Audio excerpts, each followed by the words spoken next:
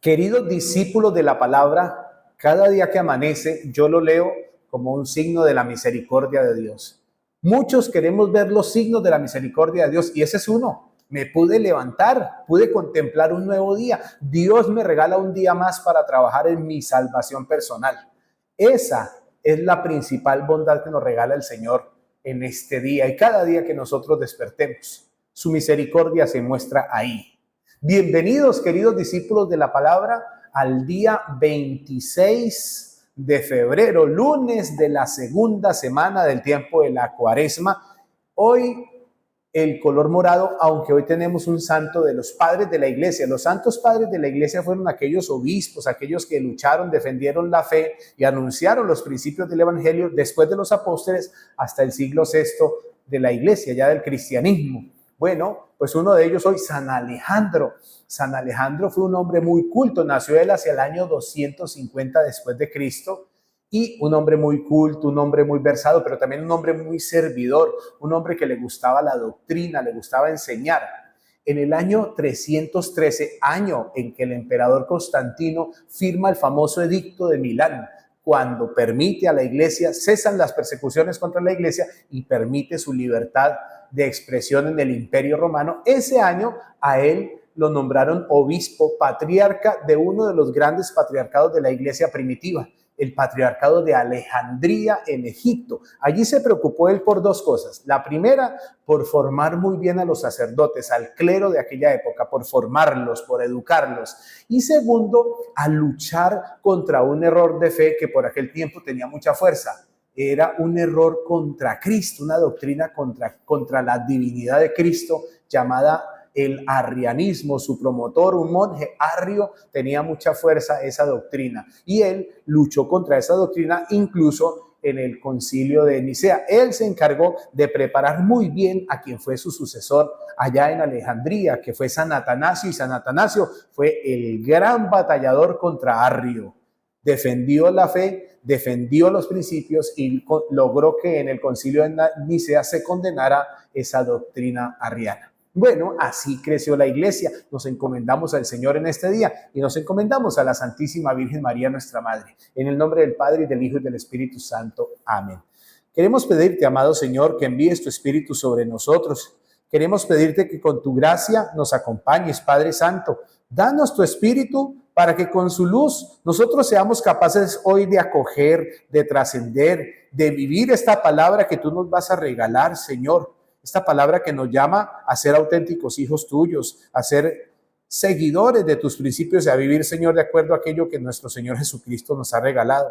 Para que nosotros, escuchando hoy tu palabra, amado Padre Celestial, y haciendo vida la experiencia del perdón y la misericordia, nosotros, amado Jesús, proclamemos con alegría que es posible vivir la reconciliación en comunidad y con todos los seres humanos. Gloria al Padre, y al Hijo, y al Espíritu Santo, como era en el principio, ahora y siempre, por los siglos de los siglos. Amén. El Evangelio para este día, acuérdense que la Cuaresma es un camino, todos los días es un paso, y el paso de hoy va acompañado con el Evangelio según San Lucas, en el capítulo 6, versículos del 36 al 38.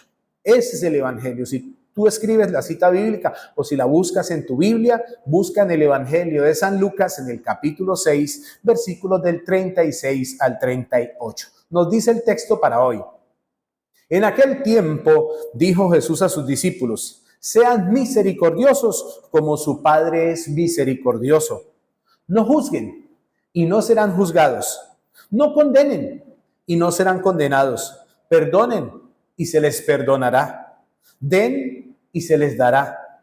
Les verterán una medida generosa, colmada, remecida, rebosante, pues con la medida con que ustedes midan, serán medidos. Palabra del Señor. Gloria a ti, Señor Jesús. Voy a iniciar la reflexión con el inicio del Evangelio y con el final del Evangelio. Dice: con la medida con la que ustedes midan a los demás, serán medidos ustedes. ¿Y cuál es la medida? Así termina el Evangelio de hoy, pero ¿cuál es esa medida? Con la medida que ustedes midan. ¿Cuál es la medida que debemos utilizar nosotros para medir a los demás?